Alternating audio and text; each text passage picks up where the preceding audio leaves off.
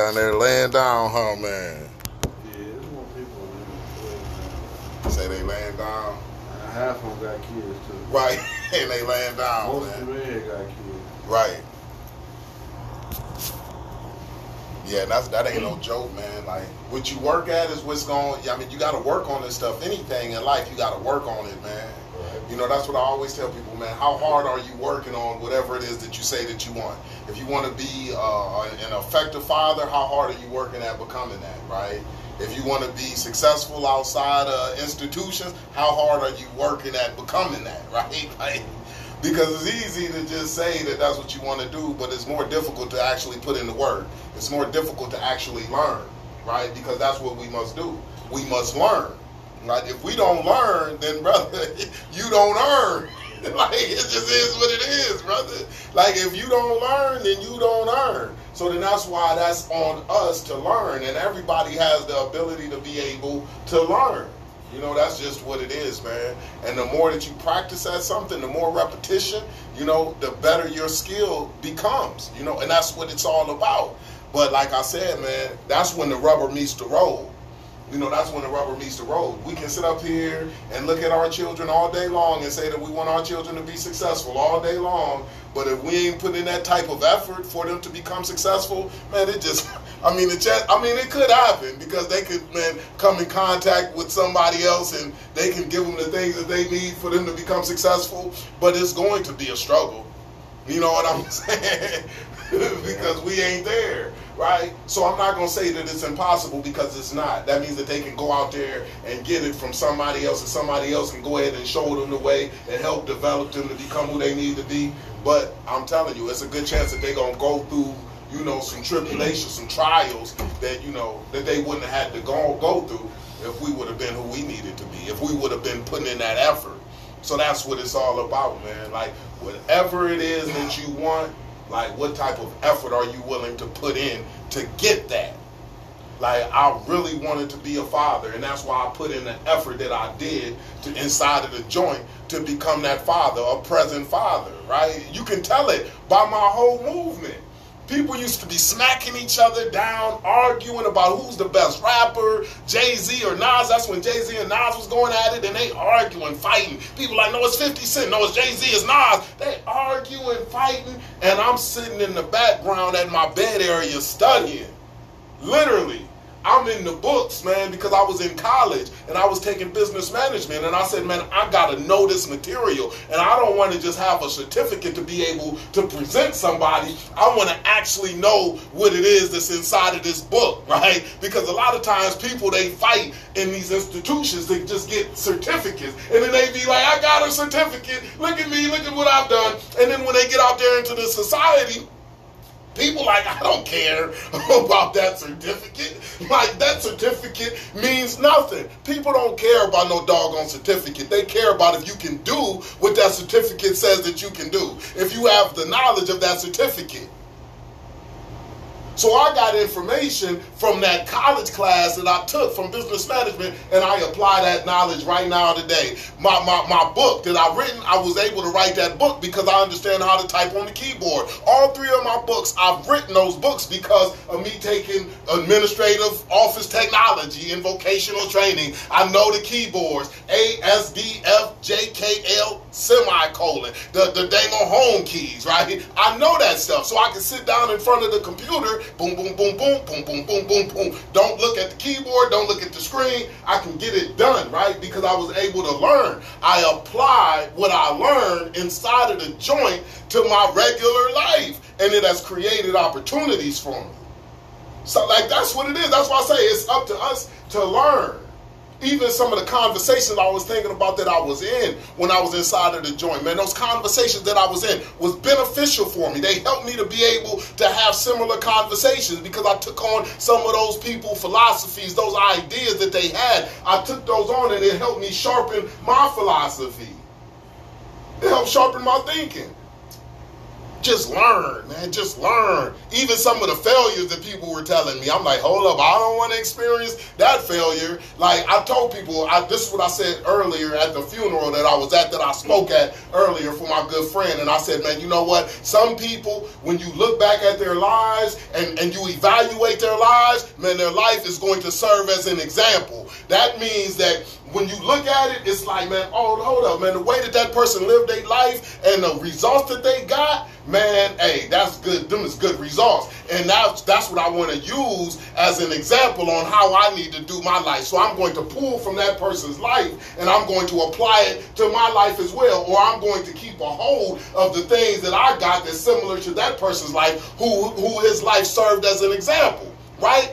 And if your life serves as an example, when you transition to that next life, then guess what? During that time while you was down here living that life, it's going to be fruitful. It's going to be a slice of heaven, right? If you serve a life that will lead, if you lead a life that will serve as an example to other people, then that means that life that you have lived down here on this earth, you have been able to experience a slice of heaven. That's one way, right? The other person who lives their lives, right, their lives will serve as a warning.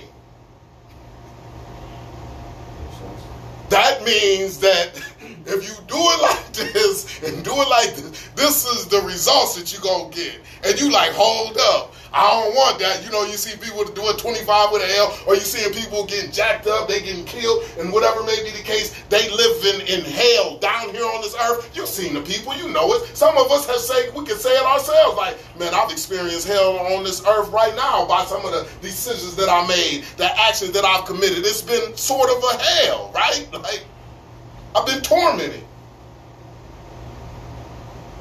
If we live a life like that and continue to, and by the time that we transition, then our life will serve as a warning. Don't do it like that.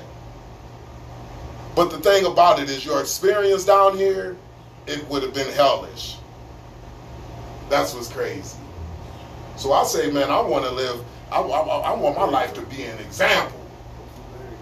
Right? What's up, good brother? How you doing, man? So that's what it's about, man. You know, like some people, they take the low road, right?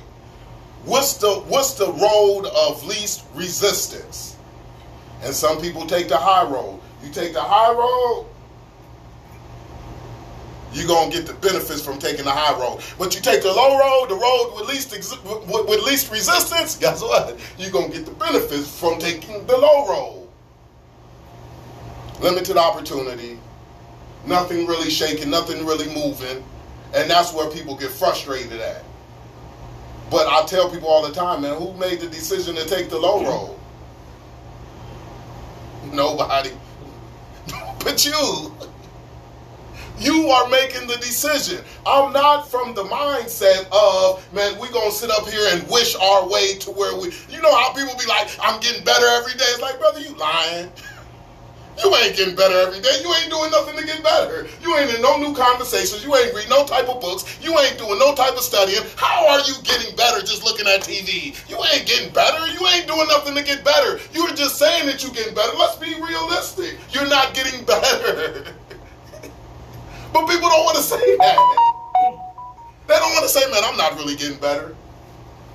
I'm still the same old me. Right? And that's what we don't want. Because why? Because we got children. So then that's the whole responsibility of us evolving, is to make sure that we are that individual that can lead our children in the right direction. You have been granted the responsibility of leadership. Right? That means that it is on you to lead your children. And you want to lead them in the right direction. So now, how are we going to be able to lead our children as we get started with class? How are we going to be able to lead our children in the right direction? The first thing that we must start with is what? A strong, positive relationship. Because what do we get from a strong, positive relationship?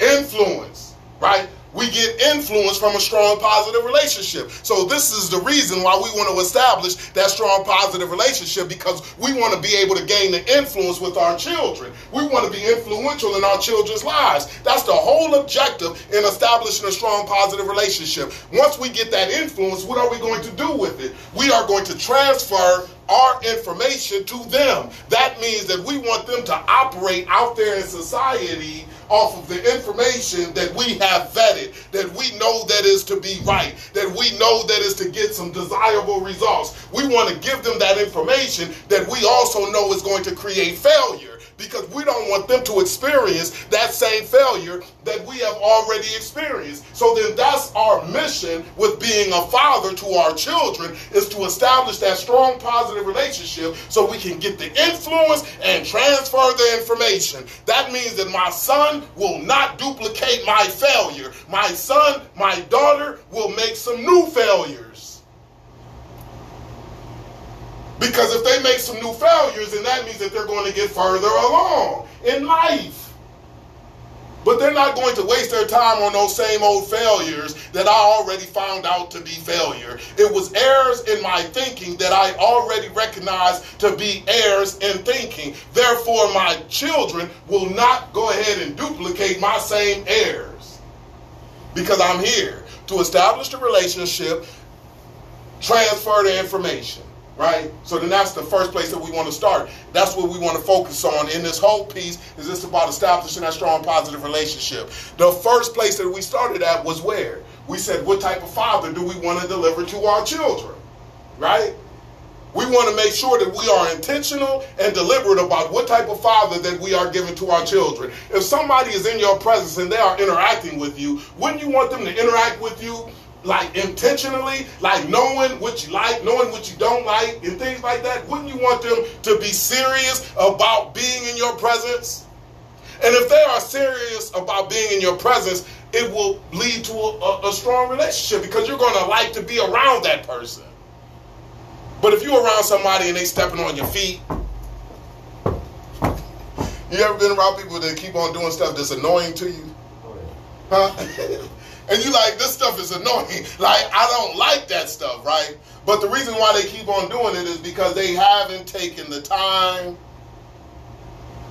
to think about what they are giving you. And they're giving you any old thing. And when you give somebody any old thing, it's more than likely going to be the wrong thing, right? So when we talking about, man, what type of father that we want to deliver to our children, we want to first reflect on our past experiences that we had with our parents. Remember we talked about that last week? What is the past experiences that we had with our parents? And then we looked at what was the positive experiences that we had. Those positive interactions that produced the positive feelings. What are those positive interactions that produced the positive feelings that we had with our parents when we were growing up? And all we are going to do as parents right now, today, when we are coming up with what type of parent that we are going to deliver to our children, only thing that we are going to do is what? We are going to duplicate those same positive experiences. Simple enough. That means that if my father made himself accessible to me and my friends when I was a child, and it made me feel positive on the inside and produce some positive feelings on the inside, then guess what I'm going to do as a father? I'm going to intentionally make sure that I make myself accessible to my children and their friends. Because I know what? Is going to produce the positive feelings. So when I'm at daycare and I'm sitting up there with my daughter dropping her off, I talk to every kid in the dang on daycare, and they come up to me, they just so excited to see me. They jumping up, they like, man, go take your head higher, and they just trying to show me how high they can jump. They all excited to see me, man. This stuff is just a beautiful thing. The teachers look at me and they be excited when you come up in here. Some of them be like, watch me do push-ups, watch me do this. They just be excited. And when my daughter sees them doing this, guess what she does? She just be so excited that they look at me in that way. She's hugging on me. She's like, all right, Dad. Because in her mind, she got the coolest connection in the whole class, which is her dad. You see what I'm saying? Like, that's how I felt when I used to look at the way that my friends used to look at my father. When my father was the on-time quarterback and he made himself accessible to me and my friends, I used to feel like, man, my father, I got the connection. Because my friends looked at my father in a certain way that I said, man, wow, I like that. And that helped produce a positive relationship. So now as the father to my children, I'm just duplicating that same exact thing that was done for me. If it was right, then I ain't got to change right. So often people be trying to change right just to say that they came up with the new thing. I'm not into that. If I know it to be right, brother, I don't need to come up with a new thing. I'm going to use your thing. Brother, tell me something that's right. If you tell me something that's right, something that works, brother, you think I'm going to go try to find something else to do it? I'm not. I'm going to take your information and I'm going to do it exactly like you do it, brother. You can call me a copycat all day long. Brother, I'm going to take your information, I'm going to apply it to my life, and I'm going to do it as you did it. Because you got the desirable results. So if it was right with me, then I'm going to give it to my children in hopes that it'll be right with them. I ain't got to make up nothing new. Ain't nothing new under the sun. I think that so often, man, people, they want to come up with the stuff just to say that they came up with it.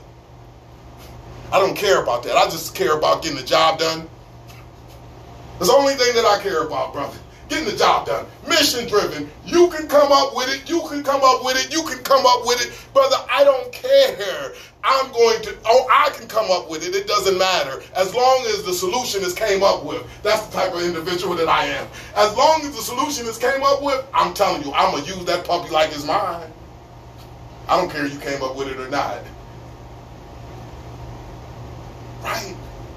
Everybody want to be the captain. Let me be the captain. I don't care about who the captain. I just care that I'm on the boat. Because when we make it to the Bahamas or the paradise, brother, does it matter who the captain was? My experience in paradise is going to be just like yours. You could be the captain all day long. I could be the one that's in the back of the boat. It doesn't matter. But if we all end up in paradise, brother, I'm going to be able to experience paradise. I don't care who the captain is. I can be the captain. You can be the captain. It doesn't matter. Just as long as we end up in paradise. But people be so caught up in wanting to be the captain. I want to be the captain. I want to be the captain. You know what I'm saying? And I think that that's some unresolved childhood issues, right? Like, it's just some stuff going on there, right? So, but that's what it's all about. So then that's why we want to duplicate the positive, because we already know it to be right. If we know it to be right, we give our children that what we already know to be right. Now, the next thing is to decide what type of father that we're going to deliver to our children. We must do what? We must identify the negative. And once we identify the negative, it is up to us to resist the negative. That means that these are the negative interactions that happened to me when I was a child by my parents. I didn't like the way that they talked to me. I didn't like the way that I felt when they did that and when they interacted with me in that manner, right? It made me feel a certain way. And if I can say that, now it's going to be on me to do what? Resist. Resist. We must resist. That means that we must resist the temptation to give that same thing to our children. And we got to literally think about that stuff, because if we don't think about it, then it will surface in our parenting. So then that's why it's going to be on us to be conscious when we are parenting, right? We don't want to be sleepwalking in our parenting. We want to be conscious in our parenting, meaning I know why I'm doing what I'm doing. I understand what type of results that I am trying to get when I'm doing what I'm doing. Not just winging it. That means that I'm not going to give my children that negative interaction that I got when I was a child. Oh, I didn't like it when my parents would say that they were going to come pick me up and they didn't come pick me up. That made me feel like I was bamboozled. That made me feel like it was all a game. That made me feel unimportant. I felt unimportant when my parents would say that they would come pick me up and then they never did come pick me up. So now if I understand that that feeling produced, that action produced that feeling, now as a father, I must resist the temptation to do that same exact thing with my children. So that means that if I tell my children that I'm going to come pick them up, guess what? I'm going to be there. If I tell my children it's going to be movie night every week, guess what? It's going to be movie night every week. If the Browns come on a Thursday, then I'm going to switch it to a Wednesday. But we still going to do movie night. I'm serious about my word with my children because I don't want them to have that feeling of my word falling through the cracks, because I understand that when your word falls through the cracks, then that produces some negative feelings. And if it produces some negative feelings, then it's going to be barriers between me and my children. It's going to impact me having a positive relationship with my children. So then that's why I intentionally make sure that when I say it, I mean it. I mean what I say and I say what I mean. Intentionally. Because I know how it feels to be told something and it don't be that. Intentional, right? That's what it's about, fellas. So then that was the first layer that we peeled back to understanding, man, how to establish a strong, positive relationship with our children. And that started with us. Remember, the fatherhood piece, it starts with us and it's going to end with us. The next thing that we looked at is understanding what type of adults that we want our children to become. So if we're talking about, man, what is our goals as a father, now we must talk about what is the goals that we have for our children. Where are we taking you to? You see what I'm saying? So then they know that we are designing their destination. Nothing is more better than a designed destination. If you're not designing your destination, somebody else is. And if somebody else is designing your destination, it's going to fit their idea of where you should be. Not where you actually should be, but it's going to fit their idea of where you should be, what you should have, what you should be doing. And if you leave that up to other people, you're going to end up in places and be like, hold up, I don't want that. I don't want to be doing that. I don't want to stay here, right? Because you have been put under somebody else's design. So then that's why we want to make sure that we design the destination where our children are going to be. And when we're talking about destination, we're not talking about we're going to design them to become what? A certain type of profession. No. We're not going to design them to become the best lawyer in the country or the best football player in the country, the best doctor in the country. We are going to design them to be the best character that they could possibly be, right? A character that's going to warrant success. And that's what the goals is based on. So then that's what our goals is based on, is what type of character that we want our children to become. So when we think about the type of character that we want them to come, remember the 5 goals that we had set for them? The character traits that we want them to be? 5 character traits. First one, confidence, right? Because we want our children to be adults that are confident, right? Absolutely. Yeah, that's one of them too. Yeah, absolutely. We want our children to be adults that are confident, right? We don't want them to be insecure. We also want them to be adults that are good decision makers. Why? Because we don't live by our decisions, but we live by the consequences of our decisions. So we want our children to make sure that they invest all of their energy into understanding what is the consequences, because that's what you will live with. So we want to make sure that whatever consequence it is something that you are okay with living with. You know, like everything has a consequence. It's just about if you're going to have a positive consequence or a negative consequence. But it's your decision that you make, which will decide what type of consequence you will be experiencing, that you'll be living with. Some people are living with some positive consequences, literally. And some people are living with some negative consequences, consequences that they didn't want. And when you live with a consequence that you don't want, that means that goes back to your decision making. So we want our children to be good decision makers. The next thing that we want them to be self-regulated, right? Meaning that they regulate themselves, understanding what needs to be done and getting that stuff done. Self-regulated. Because we believe that successful people are self-regulated, right? Good stuff. The next thing is what? Being individuals that bring value back to the table. And that goes under the category of giving. looking for ways to give and not always looking for ways to take, right? What can I offer?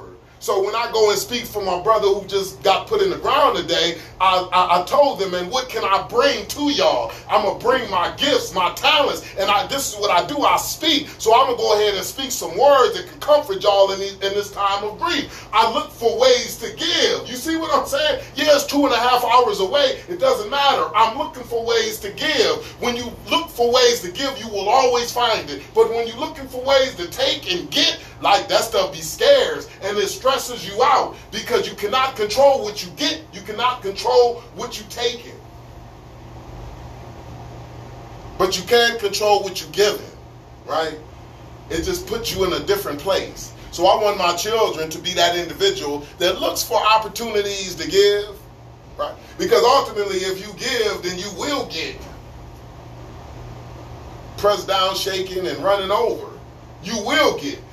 If you're looking for ways to give. Like this is the key, and I don't understand why people, it's like it's difficult to understand that, right? Like, ain't it? Because it's so often, it's like, man, what I'm going to get, what I'm going to get. You know, what they going to do for me? Not understanding, man, if you're trying to get that, then do it. If you want to if you want to have a good life, then help somebody else have a good life. Right? If you want to get an understanding, help somebody else get an understanding. It's just crazy how that stuff works out. But people want to get this without doing the work to get it, right? So I want my children to be focused on the give and not so much focused on the get and the take, right? So I want them to be individuals that bring value back to the table. The last goal that I have for them is to be individuals that do their best. I want them to be that character that does their best. They're not half doing it. That means that they're coming with all of them. They doing all that they can in any situation. And if they do all that they can, then where they going to be? What type of results will they get? Positive. They're going to get the best results. If they giving their best, then they're going to give their best results. If they're really trying to learn the material, then guess what happens when they sit in front of that exam? They're going to get the best possible results. If they put in all of their work to go ahead and learn the material the best that they can, and then when they take that exam, they're going to get the best results. Now, their best results. Now, if they get a C, B, whatever it is, guess what? It's their best. And I'm good with laying my head down on some results that came from my best effort. You see what I'm saying? But when you are holding on to results that has been gotten from minimal effort and it wasn't your best effort, then that's when you start to face that regret. That's when you start to have regret. Because you be like, man, I could have did. I should have did. I could have did a little bit better. I should have did a little bit better. That's when the regret kicks in. And that is damaging. So I want to give my best effort. I want my children to give their best effort. Do their best, right? And then we talked about how we get that stuff accomplished. We just encourage the behavior. So when we see them exhibiting the behavior, we encourage the behavior. So then they can duplicate that. We focus on the positive, and the positive will grow. So then that's what we do to accomplish the goals that we have set for our children. We encourage the behavior so we can see them duplicate that. It's going to start off with them just trying to please us, and then it's going to turn into what? A part of their character. Right? So then that means when my daughter is coloring with inside of the lines the best that she can, I'm going to come in and I'm going to be specific. Encouragement means to be specific. It's telling them exactly what they did, how it benefited the situation, how it's going to benefit them in the future. So when I see them going ahead and doing their thing, I'm going to be like, man, you know what, daughter, I see you doing your best. You coloring with inside of the lines, man. That picture looks phenomenal. So now I'm letting her know, man, her doing her best, what type of results that she's getting from doing her best. Man, that picture looks phenomenal. That puppy going on the refrigerator, that pumps her up a bit, and she starts to enjoy that feedback that I'm giving her. Man, when you continue to do your best like that, you're going to get your best result. Then I let her know how doing her best is going to help her out in the future. She understands what it is that she is doing. So what happens now is she's going to start to look for different ways to do her best, right? And that's the beauty in it all. And that's me parenting, leading my children, instilling in my children the characteristics that I know that they need to have, accomplishing my goals that I have set for my children.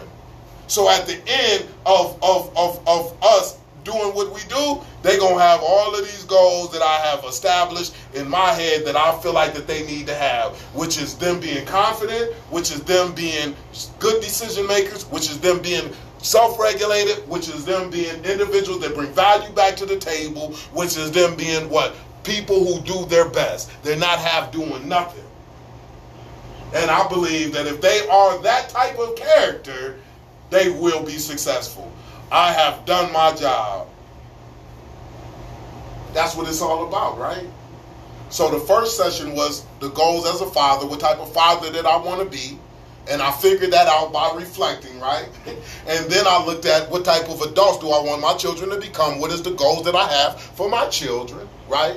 All of this is focused on that positive, strong relationship that I want to have with my children. And this is why it started there. Because I don't want my children to think that I'm giving them any old body. I don't want them to think that I'm taking them any old place. That's why I want them to know that I've thought about what type of father that I'm giving to them, because this will get them to start to trust in me. And not only will that, now I want them to know that not only am I thinking about what type of father that I'm being with you, how I'm interacting with you, I've taken time to get an understanding of that. I also understand where it is that I'm taking you, and I have a plan for you.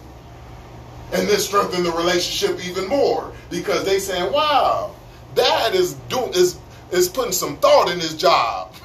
If you was a boss and your employee was putting thought in getting the job done, how you going to feel about that employee? You're going to be like, that's my employee, right? You're going to trust that employee with the job, right?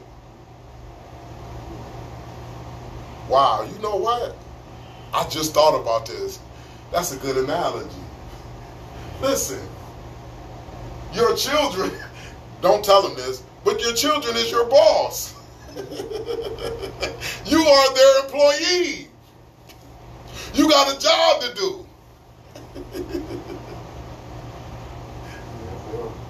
That's crazy. Can they trust you in doing your job? That's what it's about. If you're putting some mind into it, if you're using your mind to do your job, if you are mindful when you are doing your job, then your boss is going to be pleased with your efforts. They're going to be able to trust you. That's what it's about, right? So the next layer, that's good stuff. The next layer that we go to establish a strong, positive relationship with our children. See, I love this stuff, because I'm telling you, the more that I give, the more that I get. That's why I say it be stuff that come to me in the middle of me teaching that is powerful. That's why I know that we are set up literally to be in a position to give, because when you give, man, so much things get given to you. Right? When you unlock doors for somebody else, when you come in with the intention of unlocking doors, because that's the only reason why I come in to these penitentiaries, into these facilities, is I come in here to unlock the doors. Like literally, that's the only thing that can get me to come in here on a Friday night. Because I have the intention of unlocking the doors. And when I have the intention on unlocking the doors, man, it ain't a door that can be locked on me. And this is what's beautiful. I continue to get given keys. It's like I get given skeleton keys, where this stuff opens all kind of different doors. It's beautiful. Because I'm coming from the space of, man, let me go ahead and try to unlock these brothers' doors. I'm trying to unlock doors. You're being genuine, that's love. No doubt. This stuff is a beautiful thing, man. This is a win-win situation. You get it? It's a win-win situation. It's not an I win, you lose situation. This is a win-win situation. When it's an I win, you lose situation, then that's manipulative. And you won't win ultimately when you manipulate.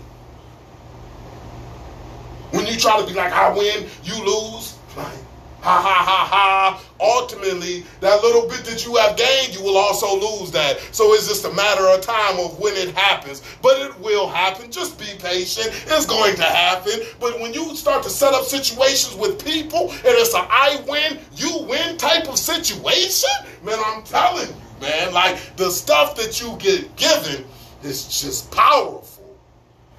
I love this stuff, man. I love this stuff, man. That's what it's about. That's what it's about. So now, understanding, man, how we are establishing a strong, positive relationship with our children. Let's peel back the next layer to establishing a strong, positive relationship with our children, right? We can continue to move on, right? So the next layer into establishing a strong, positive relationship with our children is none other than what? Communication. What's the greatest part of the communication process? If we communicating, what's the, huh? Nah. What must, if you talk, what's more important, talking or listening? Listening. Right. So that's what we want to talk about today, is the art of listening. So I'm gonna ask you this: what do you get from a person when you listen to a person? What are you gonna get from that person? Expectations. No, if you talking to me and I'm truly listening, I'm not talking about hearing. Hearing is automatic, right? If your ears is functioning, hearing is automatic. Ah, right? You can hear that. I'm talking about listening. That means that you are putting in work, right? When you are listening, that means you are putting in work. So if I listen to a person, what am I going to get when I listen to that person? About that person. You gotta learn and get some information, about what they're saying. Knowledge, information. Knowledge of who? About whoever's telling you. Right. So if you are telling me, I'm getting knowledge of who? You, right? Yeah. No doubt. If I get knowledge of you, what will that knowledge lead to? Information. What will that information lead to? Telling our kids. No, we ain't talking about kids. What will that information, that knowledge lead to? If I'm getting knowledge about you, if I'm getting information about you, right, what will that lead to for me? Know how to use it. You guys thinking? What you think? That means I'm putting an effort in listening. I'm giving you a chance to tell me what you're about, what you're doing, and it's like I'm processing. Processing, right? So I'm processing all of the information. I'm processing everything about you, right? And then what do I get?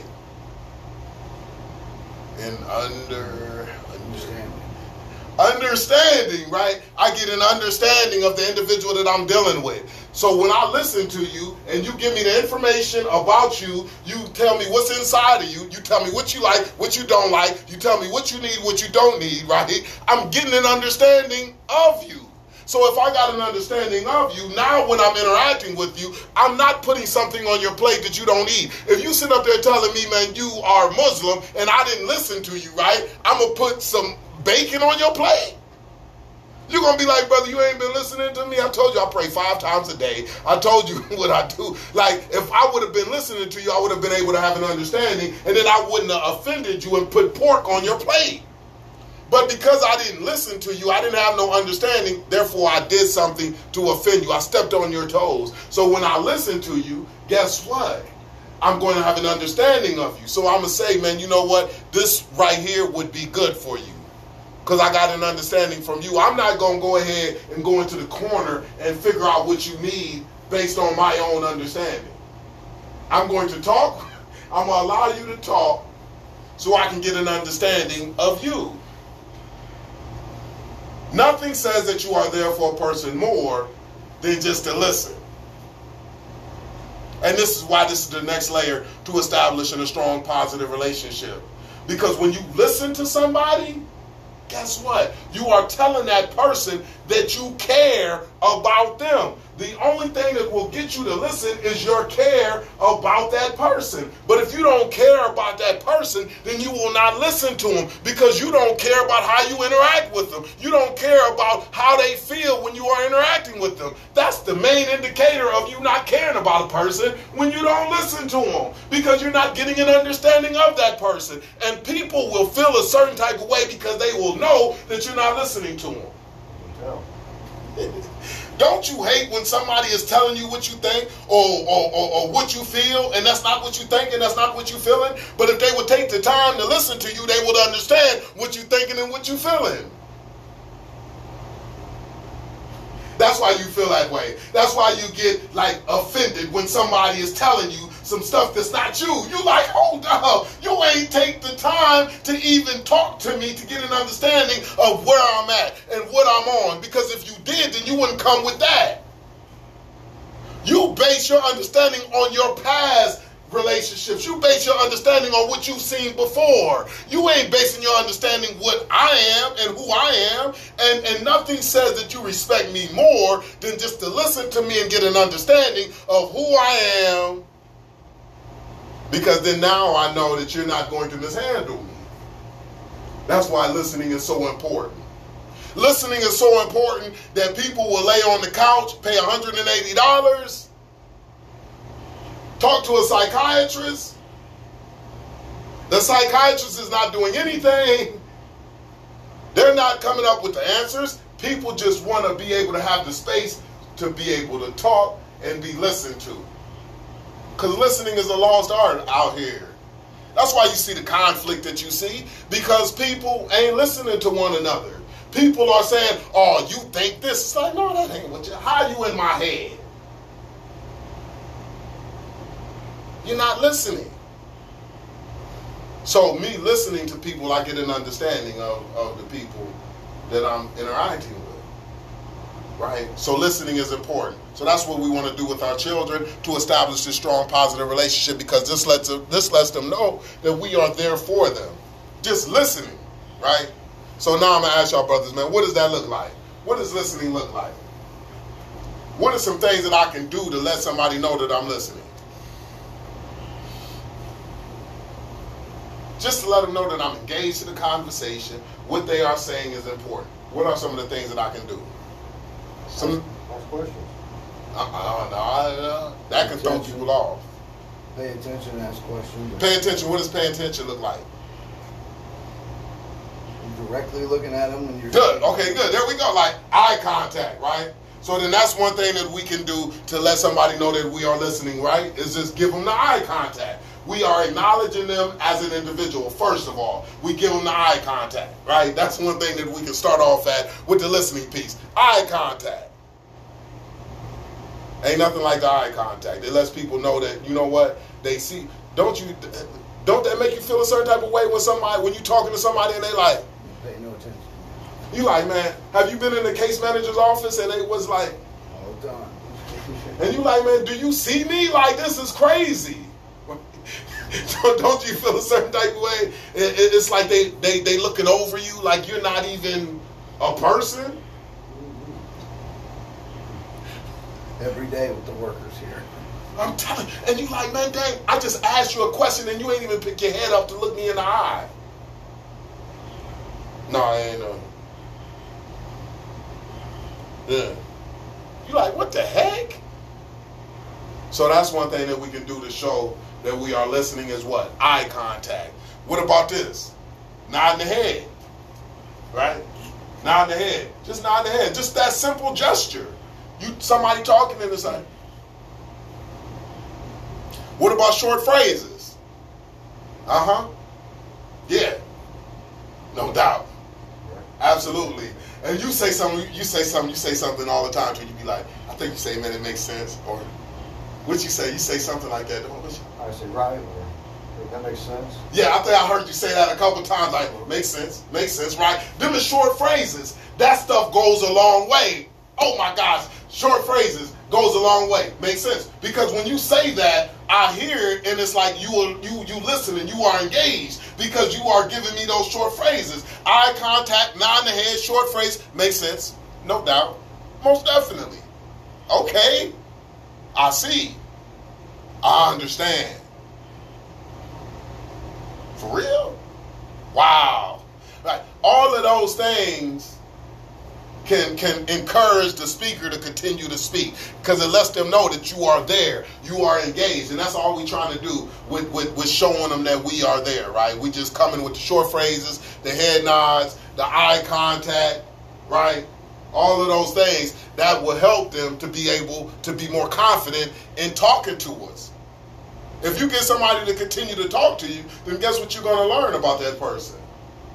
Everything. It's beautiful. It's beautiful. Just imagine if your children would tell you everything. Because they feel like that they can. Because they believe that you are there to listen to them. You give them the space to be able to talk. People don't have the space to be able to talk, and that's why they get so frustrated.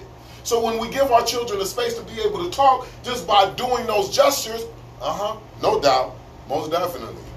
Or what about summarizing what's being said? If my child comes in and they say they just won Green Day, I'm going to be like, Green Day? I just won Green Day, Dad, man. I get to pass out the candy. Green Day?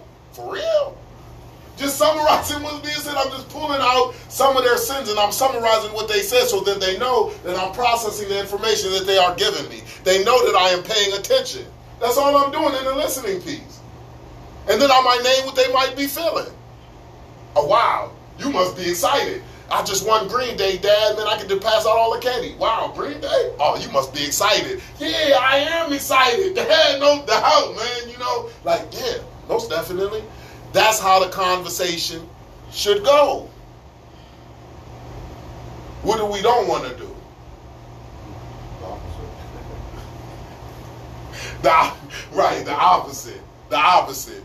One thing that we don't want to do, you brought up earlier, is ask questions, right? Listening just means that I am there for that person. So I don't need to ask no questions. It's just I'm there for that person. Have you ever been talking to somebody and they would ask you a question and then you would go ahead and answer that question and then you lost your train of thought of what you was telling them in the first place because you went over here to answer a question? And you're like, man, I was coming to you talking about something. Where was I at? You lost track, right, of where you was at. So that's why we don't want to fill our children up with the questions. We just want to be there for them, right? So that's what we don't want to do. We don't want to label. That creates the negative feeling on the inside. Label, what does that look like? Oh, man, what is you, stupid? What is you, dumb? Man, come on, man, you got to be slow. Oh, man, you lazy. I'm telling you, try all of that stuff, man, and they're going to feel negative about you. How would you feel if somebody came to you and said those and put those labels on you? Negative, right? So we want to be conscious about not giving our children those labels. How many of us got labels when we were children? How did it make you feel? Negative. Right.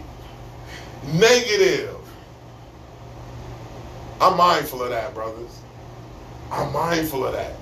Even when my daughter is crying like crazy, you know what? It'd be tempting to say, man, you a dang on crybaby. Right? But I know that will produce a negative feeling. So I don't want to do that. So I resist the temptation to just say, you a crybaby. And I just let her go ahead and cry it out. Right? But don't hit her with those labels. We don't want to hit our children with labels. That'll create a negative feeling inside of them in regard to us. Right? And what else we don't want to do? We don't want to take over the conversation. Have you ever been in a conversation where people just took over the conversation? And you like, dang, man, I came to you to talk about this thing, and you done took over the conversation. Your children will come to you and be like, man, yeah, you know what, Dad, man, hey, I was in practice earlier, man, and I hit the hole like this, man, and I made a juke move, and before they can even finish, you like, man, yeah, man, yeah, I remember them times, man. I remember them times, man, when I was in practice too, man. That stuff was no joke. Man, that stuff was no joke, man. I mean, and just to make sure that you read the holes and stuff, and it's like, hold up, Dad, like, can I finish telling my story? Right? So that's what we want to make sure that we are conscious, that we not taking over the conversation, giving our children a chance to be able to speak. Because the more that they are confident in them being able to speak, the more that they will. The more that they speak, the more understanding that we're going to have about them. The more understanding that we have about them, the better we're going to interact with them, the more they're going to trust us. Nothing says that you are there for a person more than just to listen. Make sense? So listening is important, fellas. But you got to be intentional with this listening piece, because if you're not intentional, it's just not going to happen automatically. So then this is why I always encourage fathers to do this stuff in here. Practice. Does practice makes perfect? Huh? No, it don't. Practice makes permanent, right? So you want to practice, right? And then it'll become a part of you. It becomes a part of you. It's crazy how that is. Like, I practice this stuff all the time. So when people is talking to me, it don't matter who it is, I give them my undivided attention for however long. If it's for that minute, I'm going to give them my undivided attention for that minute. It was a brother that was right here. He was saying that he was tired or something like that. I gave him my attention, like right here. It's just like, wow, no doubt. Okay. Then I move on. But at least I gave him that minute, that time. So then that's what we want to make sure that we are intentional about doing that. And the more that we do it, the better that we become. And that's what relationships is all about. Strong relationships is paradise. Weak relationships are hell. And strong relationships are built on one listening to one another. The more that you listen to a person, the more confident that they're going to feel about you in handling them. Especially our children. And it could be kind of challenging, especially when they're talking about some stuff that appeals to a 5-year-old or a 6-year-old or a 10-year-old or a 15-year-old, and you want some grown-up stuff. It's going to be challenging to stay there and pay attention. But it's your responsibility, it's a requirement to pay attention, to listen. Even though you like, man, what you talking about is so far behind where I'm at. But guess what? They don't care about that. The only thing that they know is that it matters to them like crazy. And if you disregard what matters to them, they're going to disregard what matters to you. Unconsciously.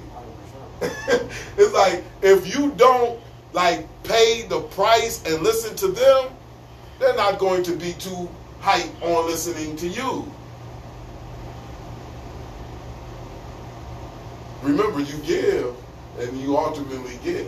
So when you give your ear, guess what? You will get their ear. Don't think that you're going to get their ear without giving yours. It just is what it is. Right? All right, brothers. Good stuff, man. We rocking and rolling, man. Tomorrow, I'm going to be here early. Y'all going to be up? Not on Saturday. Ain't no doubt, man. I'll be in your room anyway, man. You know I'll be in your room, man. I'll be in your room like, brother, get up, brother. 9:30. That's a good time to get up. Yeah, no doubt. You was getting up at 9:30 anyway last time, yeah. I'm usually up by about 10, but I could probably get up a little earlier. All right, absolutely, man. Let's make it happen, brothers. I appreciate y'all, man. Was it some good content for y'all today? Yes, sir. Absolutely. He's supposed to be starting me on this new medication tonight, so if I'm tired in the morning and I can't make it, it ain't because I don't want to. We'll see how it goes. If I can get up, you know I will, though. Absolutely, man. Let's make it happen, brothers. Should be some more people here tomorrow. They ain't gotta go. Yeah. They ain't going early in the morning to the place. They should be in here. Okay. Are you very sick tonight?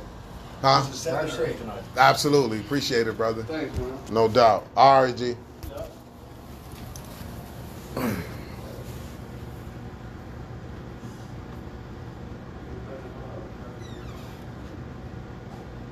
Hey, Jessica Parker, good to see you as well. Good sister of mine.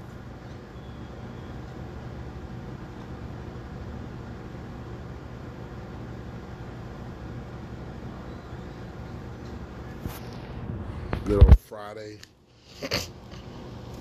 Friday night. Get on up out of here.